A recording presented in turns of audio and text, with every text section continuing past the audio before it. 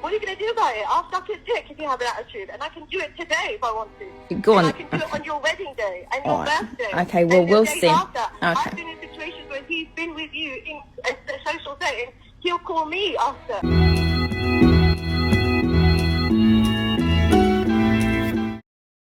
These voice messages are so hard to hear and so cringe, you guys. I mean, let's be real, I was never fooled by this Sadia Khan, or shall I say Khan, as a con artist. You know, I could see right through her energy from day one, and I'm honestly relieved that people are finally waking up. To be quite honest, I never liked her, and I never liked her content or got good vibes from her. Like most women I know, they didn't. And maybe it's our intuition, or maybe that's because she constantly talked down on other women with arrogance and entitlement, especially on those red pill podcasts. A woman who bashes other women for male validation is not someone I admire, respect, or look up to. I used to skip her videos entirely. I mean, what kind of high value woman, quote unquote, sits on podcasts tearing women apart to gain approval for male centered platforms? Okay, now let's talk about the vulgarity in those leaked voice notes. What was said was downright vile and classless. Being beautiful or wealthy does not make someone high value, guys. What defines a woman's value is how she carries herself with integrity, class, and respect. I've never seen a truly high value woman, or I don't like to say high value, I prefer to say a classy woman with dignity and integrity. Speak that way, especially to another woman who just found out her fiance was cheating. Imagine that, ladies. A little bit of empathy. Come on. I felt deeply sorry for the fiance. Both Sadia and the man were wrong. So I'm not just blaming the woman or Sadia here, Sadia Khan.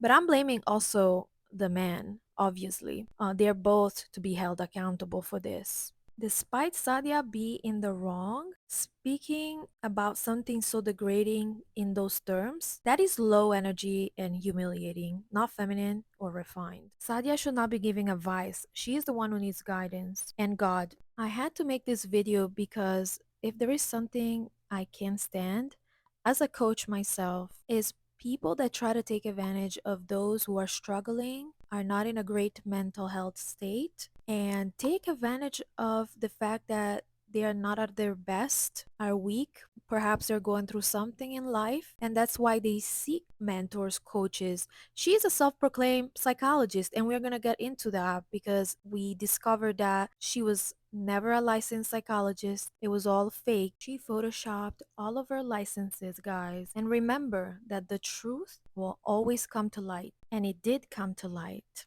So that is despicable. People seek mental health counselors, psychologists, psychiatrists, therapists, mental coach, mental health coach, so on and so forth, because they are in times of need. Therefore, if you're scamming them, that is despicable. You're not doing right by them. That is not the behavior of someone who's righteous, that live in righteousness, in integrity. This is not the behavior of a woman of class, and nor the embodiment of quote unquote a high value woman. She claimed to be a high value woman, charges men 8K per hour to help find them a high value woman. If she's helping them finding somebody like her, I mean, we are screwed. That's not even a woman of God, because God does not like that. God does not approve of someone who steal, cheat the ones in need, the poor, and the one who are struggling. So yeah, that is despicable, in my opinion, to take advantage of such people that are actually struggling. And I cannot believe it, honestly. I've never liked her, but the extent of the con and the all shenanigans, guys, she got you bamboozled, because literally this is not the behavior of someone that is right in their mind. It's actually a sociopathic trait to fake your entire career, to Photoshop everything to that extent without feeling the consequences or not feeling scared to get caught.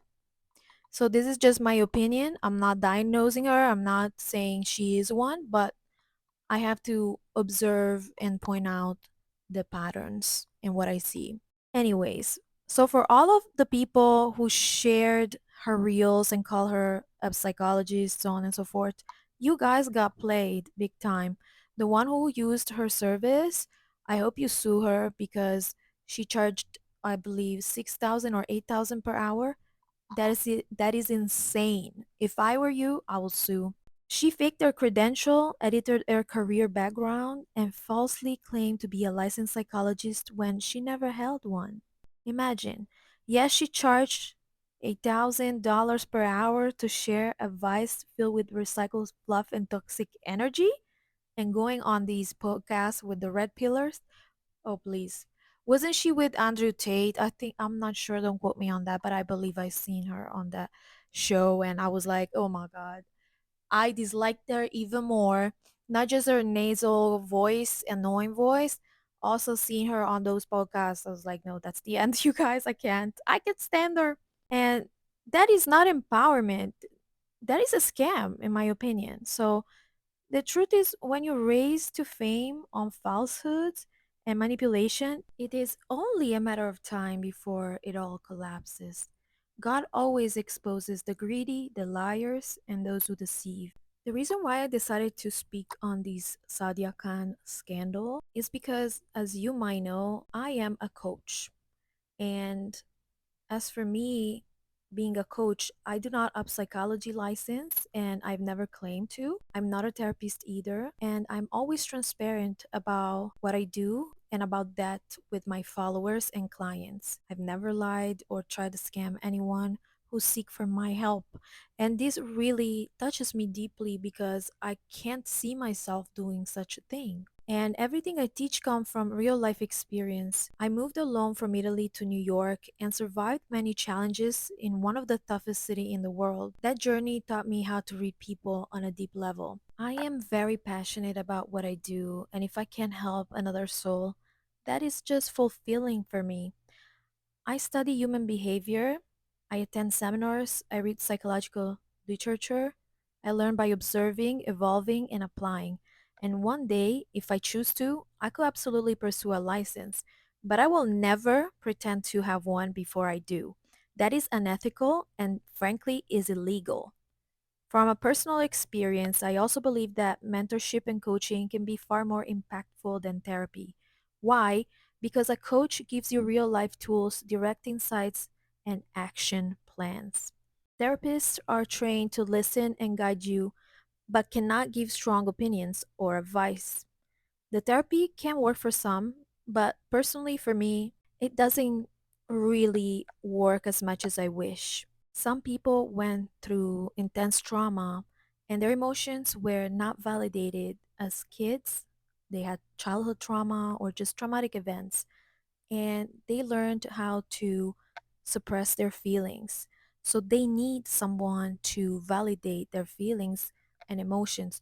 Obviously, not by sugarcoating things and tell them that they are always right, but just giving them some tough love, straightforward opinions, driven actions, opinions, and to hold them accountable when there is the need to hold them accountable. That is the way I like to operate.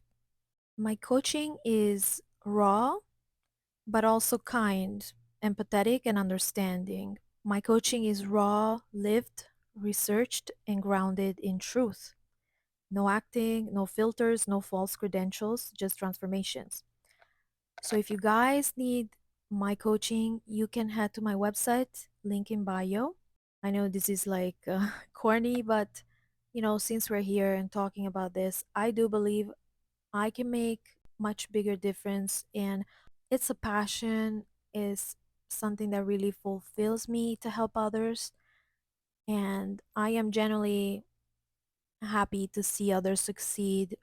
So I think there should be more people that have that as a purpose versus greed, money hunger, success, fame, so on and so forth, that are more of the enemy and the devil kinds of callings. They are not people that have a purpose. Those are people that just want significance and money. And that your business should not be based solely on money and money hunger. It should be based on helping others, uplifting others, and should be driven by your purpose. Monetary gain is just a consequence and after effect of a great service. Money comes when you put the best out there and when you really truly help people with a life-changing transformation. Money are just an after effect of that. If you scam people, you might be successful in the short term.